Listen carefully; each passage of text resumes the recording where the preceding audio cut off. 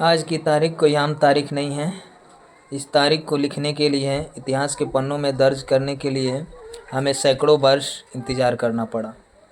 हमारा देश 15 अगस्त 1947 को तो आज़ाद हो गया था, लेकिन इतने बड़े राष्ट्र को चलाने के लिए, इतने बड़े जनसंख्या को संभालने के लिए नियम और कानून की आवश्यकता थी। अतः हमारे देश के महापुरुषों और विद्वानों ने एक संविधान सभा की स्थापना की, जिसमें यह तय हुआ कि इस देश को सुचारू रूप से चलाने के लिए एक संविधान की आवश्यकता है। और तब जाकर 2 वर्ष 18 महीने और 11 दिनों का समय लगा, तब जाकर यह संविधान बना।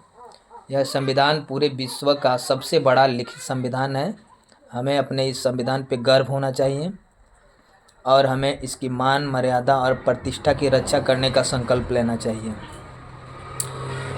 संविधान को निर्माण करने के लिए महापुरुषों ने विश्व के सभी शिक्षित और विकसित देशों के संविधान का अध्ययन किया। उसका अध्ययन करने के पश्चात उसमें से मूलभूत जो बातें थी, जो राष्ट्र के हित में थी, जो राष्ट्र को उन्नति के पथ पर ले जाएं, वैसी बातों को इसमें इंक्लूड किया। पहले संविधान सभा के अस्थायी अध्यक्ष के रूप में सच्चिदानंद सिन्हा को नियुक्त किया गया था। इन्हें बदलकर डॉक्टर राजेंद्र प्रसाद को अध्यक्ष के रूप में नियुक्त किया गया। प्रारूप संविधान सभा के अध्यक्ष के रूप में डॉक्टर B.R. अम्बेडकर को नियुक्त किया गया।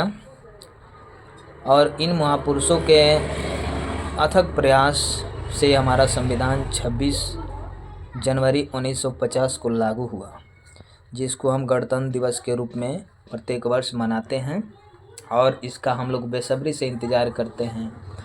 और इसके मनाने के पीछे हमारा एक ही संकल्प रहता है कि हम अपने देश के विकास में सहयोग करें। इसके मूलभूत जो आदर्श हैं उस पर हम ध्यान केंद्रित करें और बच्चों को भी उनमें यह गुण डालें, ताकि वो भविष्य में देश के प्रति, संविधान के प्रति, अपने राष्ट्र के प्रति सम्मान की दृष्टि रखें और सम्मानपूर्वक अपना जीवन निर्वाह करें।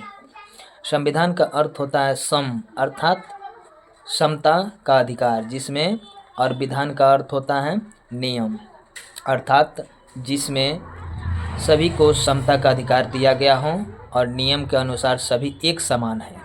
हमारा संविधान हमारी अछूतता कह लीजिए, जातिवाद कह लीजिए, धर्म कह लीजिए, सभी को एक समान मानता है, नागरिकों को भी एक समान मानता है। इतना ही कह के मैं अपने बातों को विराम दूंगा और अंततः लास्ट में कहना चाहूँगा, अर्ज किया है देश के नाम, वसूलों पर आ जाएं तो टकराना ज़रूरी है। वसूलों पर आ जाएं तो टकराना ज़रूरी है, अगर जिंदा हैं तो जिंदा आना भी ज़रूरी है। इतना ही कहकर अपने बातों को विराम देता हूँ। जय हिंद, जय भारत।